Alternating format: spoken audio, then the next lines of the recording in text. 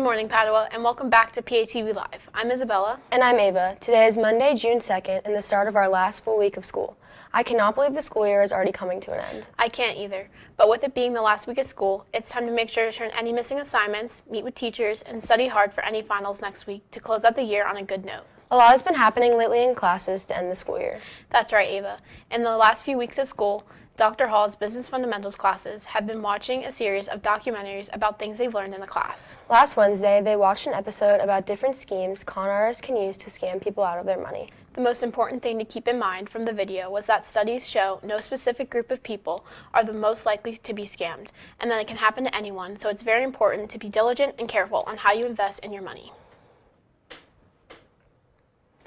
In sports medicine, now that the seniors are gone, juniors are spending class time watching sports movies or games that include injuries. Afterward, they post on a discussion board about what they've learned and how it relates to the class topics, like injury treatment, prevention, or the role of athletic trainers.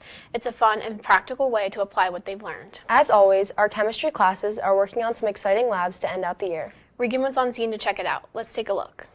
Recently, our sophomores in honors chemistry completed a hot air balloon lab.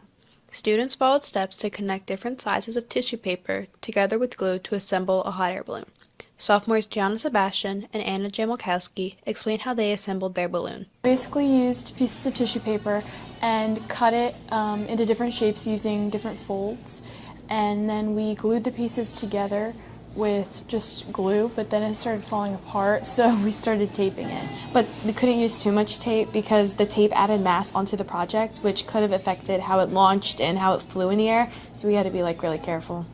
We had to make sure there was no holes, so we went back, glued, used a little bit of tape, but made sure our main priority was to make sure that there was no holes so that none of the air escaped, which also could have affected how it flew. Thanks, Regan. That looks super fun. Let's see how the weather will be looking for this week. Good morning, Audrey. Good morning, girls. Today is looking to be very sunny. The high for today is 71 and the low is 50. The UV is going to reach up to 8, so be sure to wear sunscreen. There's also a possible chance of seeing the northern lights tonight, so be on the lookout. It's going to be reaching high temperatures all throughout the week. Make sure to get your schoolwork done and enjoy the sun. That's all I have for you today. Back to the anchors. Thanks, Audrey.